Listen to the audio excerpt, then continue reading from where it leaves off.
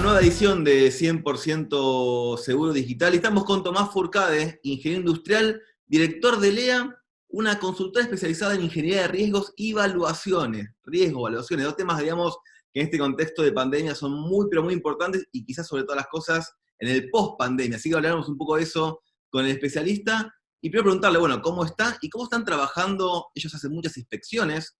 ¿Cómo están en este contexto de cuarentena? ¿Cómo está la operatoria diaria? ¿Están complicados? ¿Están ya un poquito más normales que antes?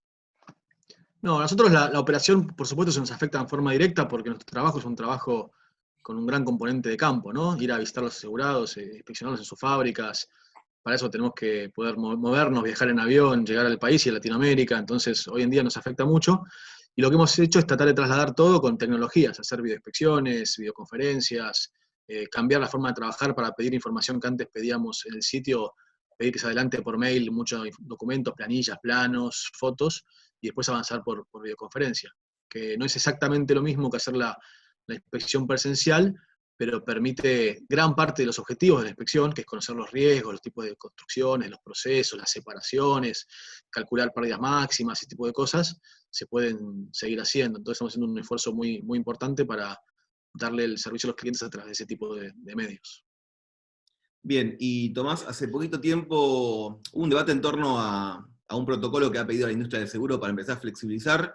La realidad es que por ahora sigue todo bastante rígido, teniendo en cuenta la importancia de seguir en cuarentena y lo que implica a nivel prevención, pero justamente lo que son peritos y liquidadores, como el caso de ustedes, han tenido cierta flexibilización.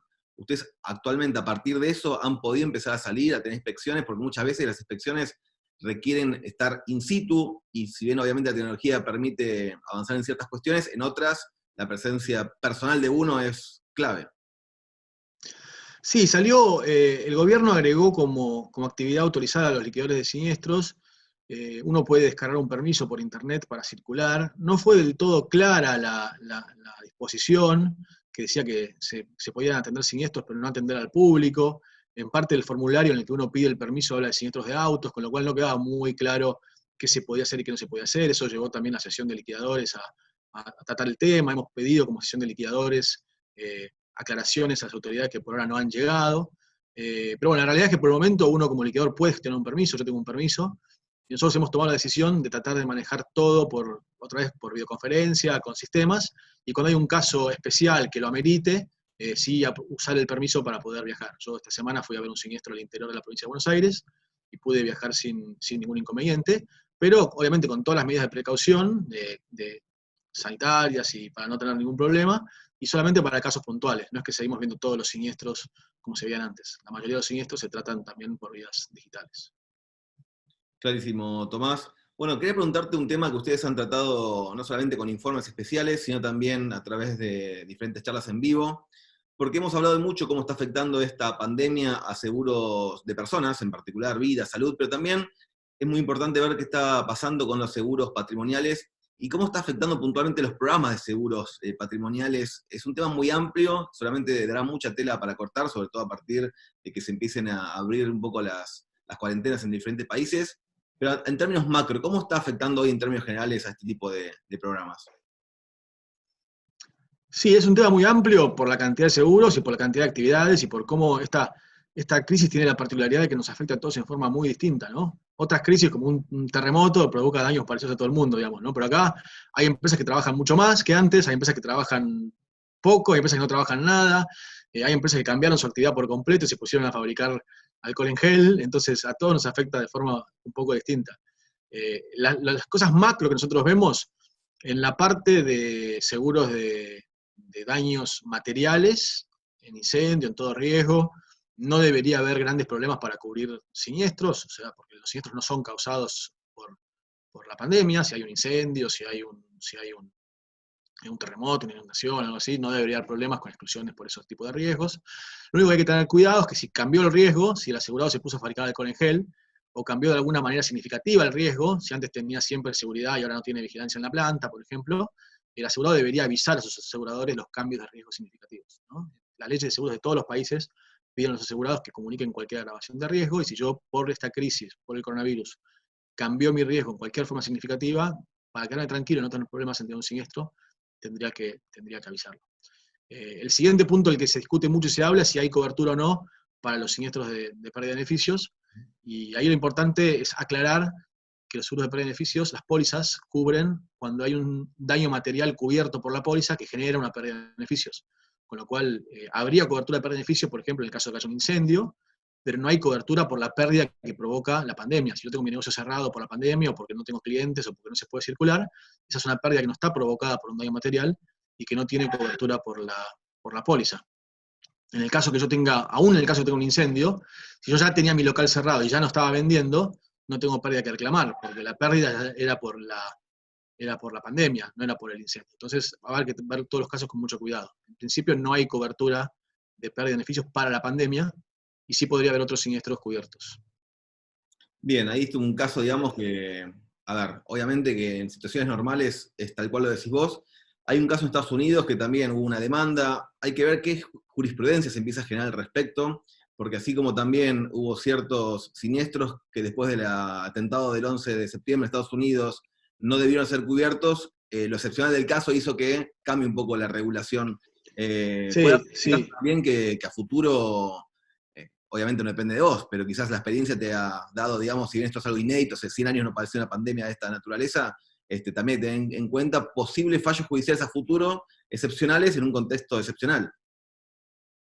Sí, es una situación compleja, global, distinta en cada país, y siempre decimos que hay que ver póliza por póliza y caso por caso. Nosotros tratamos de hablar de la generalidad y a veces de no generar falsas expectativas. En Estados Unidos el tema se politizó mucho, salió hasta el presidente a hablar de que las compañías deberían pagar los siniestros de pérdida de beneficios. Sí corresponde, aclaró al final, ¿no? Siempre sabemos que es un personaje muy polémico. Eh, entonces hay temas políticos, hay una presión ahí, pero si uno va a la letra fría de las pólizas piden daño material, ¿no? Y aún a veces cuando uno piensa que hay cláusulas adicionales como interrupción de accesos o ese tipo de cláusulas, autoridad pública, esas cláusulas siempre en el 99,999% de los casos, yo he visto miles de pólizas en 20 años y en miles de pólizas me parece que vi dos que tengan una cláusula de pérdida de beneficios contingente que cubre sin daño material, ¿no? Es una cobertura que se puede contratar, se puede conseguir, pero no es lo que suele comprar la gente. Y la gente generalmente está protegida para perder beneficios por daños materiales, que no sería el caso de lo que está ocurriendo ahora. Bien, sí, pasa mucho también por el tema de cultura aseguradora. Hay otro tema, digamos, que también se habla mucho, que es la cancelación de eventos. Hay una cancelación de eventos masiva, nos toca a nosotros también como medio de comunicación, que armamos generalmente conferencias, seminarios, pero hay poca cobertura en general sobre eso, por lo menos acá en Argentina, o sea, en el resto de los países, ustedes trabajan en toda la región, ¿es algo que también puede afectar un poco lo que es el mercado asegurador? Bueno, la cancelación de eventos es una póliza diferente a la que estábamos mencionando recién, que era la póliza de daños materiales, y sí es un ejemplo donde uno puede comprar una cobertura que pague lucro cesante o pérdida de beneficios o este tipo de pérdidas indirectas sin un daño material. Es una póliza que no es del rubro de las pólizas de daños materiales.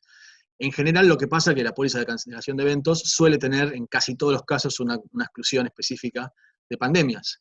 Uno la puede comprar, pero es una cobertura adicional que es cara y que generalmente no se compra. Fue muy reconocido en todos los medios el caso de Wimbledon, ¿no? Que el torneo de Wimbledon tenía cobertura con la cobertura adicional de pandemia y cobró muchos millones de dólares, o debe estar en proceso de cobrar muchos millones de dólares por la cancelación del torneo. Pero también salieron las noticias, que leía la nota completa, cuántos millones pagaba por año todos los años para contratar esa cobertura adicional. Lo que suele pasar mucho es que acá, eh, especialmente en países donde hay menos cultura general de la administración de riesgos y todo, que cuando te dicen el seguro cuesta 10 y si le querés agregar pandemia cuesta 11, decís, no, ¿cuándo va a haber una pandemia? Y no compras ese adicional, ¿no? Entonces, cancelación de eventos es un buen ejemplo. Hoy leí un evento de que uno de los principales aseguradores del mundo, Munich Re, está declarando pérdidas importantes por la pandemia y la principal cobertura afectada hasta este momento, si no leí mal, son como 800 millones de dólares que están calculando, es por cancelación de eventos. Digamos, muy interesante ese dato. Otro tema, digamos, que también va a ser quizás la vedette, en el buen sentido de la palabra, a futuro. De hecho, esta semana hablamos con Elena Jiménez de Andrade, que está a cargo del Colegio de Mediadores de España, y hablando que ellos esperan para fin de año un vendaval de reclamaciones en materia de responsabilidad civil, que es donde tienen un poco más ellos el temor respecto a cómo puede impactar en el negocio asegurador. ¿Ustedes también lo ven ahí como el posible potencial foco de conflicto? Sí, otra vez es muy amplia la cantidad de coberturas, ¿no? En responsabilidad civil ya hay una cantidad de reclamos, y es evidente que va a haber reclamos en coberturas de responsabilidad civil, por ejemplo, como responsabilidades civiles profesionales, como coberturas de D&O, donde se va a cuestionar a los directores y gerentes de empresas por las decisiones que tomaron, si compraron o no compraron el seguro de pandemia, y ese tipo de decisiones. Y después, obviamente, la RC profesional de los médicos, cómo han tratado un caso, qué han recomendado, qué no han recomendado. Y después, una responsabilidad civil, más que podemos tener acá cualquiera según Argentina, una RC comprensiva. Habría que ver qué pasa si una persona le reclama a otro por haberlo enfermado. Yo fui a tu negocio y me enfermé por coronavirus. Eso en general, la mayoría de las coberturas de RC suelen tener exclusiones de transmisión de enfermedades, con lo cual en principio esa RC que es la más diaria, que nos imaginamos enseguida, yo no espero que afecte tanto al mercado de seguros. Primero porque cuando uno habla es fácil decir qué pasa si empiezan a reclamar porque contagie gente, pero es muy difícil probarlo, ¿no? ¿Dónde te enfermaste? Y segundo, porque en general, si la mayoría de las pólizas de RC más comunes, sin ir a este D&O o sin ir a la RC profesional de un médico, sí tienen exclusiones por transmisión de enfermedades en casi todos los casos.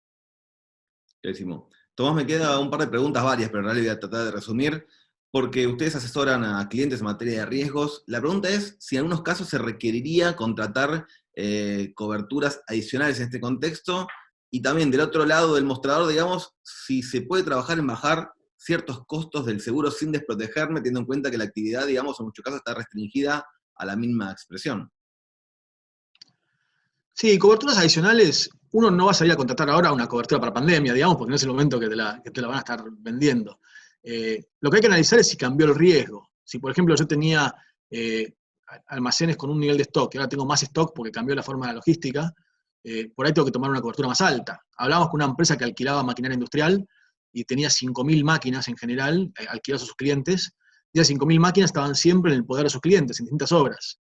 Y ahora todos los clientes devolvieron las máquinas y las tienen todas almacenadas en su propia ubicación en el almacén central.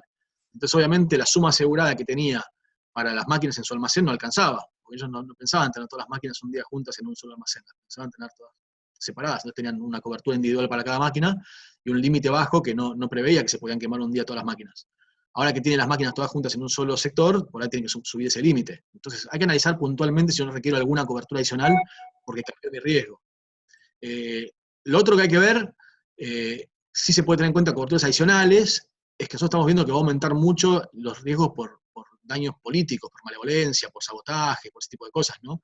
Evidentemente, toda la cola de la situación económica está viniendo, va a venir, va a haber una crisis económica muy grande en todos los países, y eso va a llevar a un aumento posible. Puede haber descontento con el gobierno, que el gobierno por ahora me daba para vivir mientras no trabajaba y después me dejó de dar, o me dio menos, o quiero más, y pueden empezar manifestaciones, huelgas, tumultos, ¿no? Toda la ola de daños políticos que vimos el año pasado en Latinoamérica, en Chile, en Bolivia, en Ecuador, puede llegar a otros países en este momento en particular, con lo cual ver cómo estoy asegurado en ese tipo de riesgos y si tengo que tener adicionales, otra vez, no es el mejor momento para ir a pedirlo, pero si me puedo proteger mejor, sería bueno.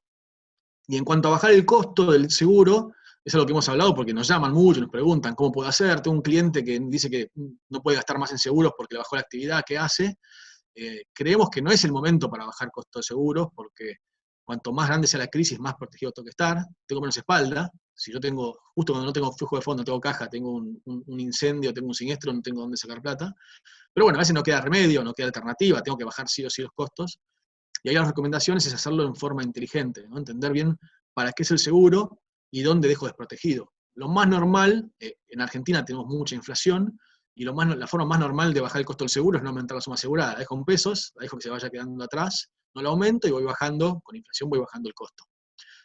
Pago los mismos pesos que valen menos. Eso lo que va produciendo es que me va dejando muy expuesto en infraseguro y puedo tener un siniestro importante en el que cobre la mitad, o tenemos siniestros que hemos pagado el 15% de un siniestro. Entonces, esa no es la forma inteligente de hacerlo. Si yo dejo de actualizar sumas aseguradas, quedo muy expuesto a perder mucha plata en algún siniestro.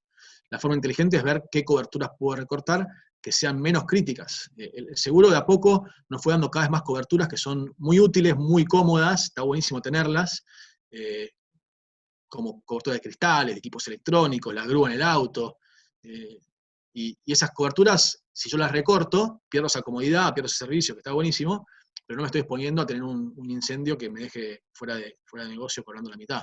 Entonces, lo que habría que tratar de hacer es, cuando uno recorta coberturas, y tiene que comprar menos cobertura para gastar menos, es empezar a cortar las coberturas de siniestros de frecuencia, de siniestros chicos, subir deducibles. El otro día tratábamos el caso de un grupo importante que en una póliza de más de 100 millones de dólares tenía un infraseguro del 50%, que significaba que en cada incendio que tenga puede cobrar la mitad, y tenía deducibles de 150 o 200 dólares. Entonces, mucho mejor subir el deducible a 15.000, 20.000 dólares, que eso baja mucho el costo del seguro, y saber que estás expuesto a siniestros de 10.000 dólares, de 15.000, que los podés soportar si es una empresa que tiene 100 millones de dólares de activos, y no arriesgarte a tener mal la suma asegurada y tener infraseguro en todos tus siniestros. Entonces, ese sería el consejo: recortar por los deducibles, recortar por las coberturas de frecuencia, cristales, equipos electrónicos, ver si hay algún límite que esté sobrevalorado, si tengo un límite demasiado alto en inundación que nunca voy a usar porque tengo un edificio en altura que no se va a inundar todo. Pero ver por dónde recortar en forma inteligente. No es fácil, porque generalmente ya hay un trabajo, está todo más o menos bien hecho, y no queda tanto hueco, pero mejor recortar por ahí y no recortar por arriba, ¿no? Atacar los siniestros de frecuencia y no los siniestros de magnitud. Lo que pasa es que esto, aunque por ahí parece evidente para los que estamos en tema, para el asegurado no es así. Porque el asegurado el incendio piensa que no le va a pasar nunca, entonces le preocupa menos dejarlo desprotegido, y los cristales todos los años le pagan siniestro, entonces no quiere dejar esa cobertura. No me quiero quedar sin grúa, porque una vez por año la uso. Al margen, yo estaba dando este consejo a un productor la semana pasada y 2 días después me quedé con el auto yendo a ver un siniestro y me salvó la grúa. Entonces también está buenísima la cobertura de la grúa. Pero si tuviese que cortar costos, prefiero quedarme sin grúa y no quedarme sin la destrucción total, ¿no? Entonces, ese es el espíritu. Clarísimo, Tomás. La última pregunta que me surge de esto es, si bien muchos no han bajado la cobertura, se ha dado, por ejemplo, en autos, que sí muchas compañías han decidido bonificar, teniendo en cuenta la menor exposición a riesgo. Se crea un debate porque obviamente la tarifa depende de un cálculo actuarial que no tiene que ver con un mes, mes y medio de una cuarentena, pero también han visualizado ustedes en el caso de pymes, de comercios, que manteniendo la cobertura ciertas compañías han reducido la tarifa, teniendo en cuenta, digamos, este escenario excepcional. No, yo solamente lo vi en autos. La opinión mía es que esos descuentos son mucho más comerciales que técnicos, ¿no? Si uno obedece mucho más tengo clientes que tienen menos plata en el bolsillo, que pueden gastar menos, tengo que ver cómo los retengo y ofrezco un descuento, que a un tema técnico. El tema técnico, si uno ve realmente cuánto bajó el riesgo, hace toda la cuenta, compensando que por ahí hay menos siniestros, pero que como subió el dólar, los siniestros parciales son más caros. Te das cuenta que las compañías vienen hace años con pérdidas técnicas, con lo cual parte de la tarifa está subvencionada por el resultado financiero, que este año está peor que nunca, con lo cual esa subvención debería desaparecer y todo. Para mí no hay espacio técnico para bajar mucho las primas. Entonces, me parece que es más un tema comercial, de ver cómo hago, puede ser comercial, puede ser solidario, pero bueno, de ver que tengo clientes con menos plata para gastar y veo cómo me adecuo a esa nueva realidad, oferta y demanda, tengo que retener clientes, que es un tema realmente técnico por baja de riesgo, que además también escuché ayer hablar al gerente de un broker que decía que esos descuentos generalmente son por un mes, por ejemplo. Entonces, si vos lo trasladás, un descuento un 25% en un mes, y lo trasladás a la prima anual, al final es un descuento del 2%. Son menos importantes de lo que parecen, ¿no? Entonces, para mí es más un tema comercial y puede ser solidario y de acompañar la crisis económica que un tema técnico, y no lo vi en otras coberturas que no sean en autos. Tomás, clarísimo, nos viene muy bien escuchar temas con tanta simplicidad que son técnicos y complejos, así que bueno, muy agradecidos. Un saludo también a Andrés y a todo el equipo. Muchas gracias, ahí transmito tus saludos y estamos en contacto.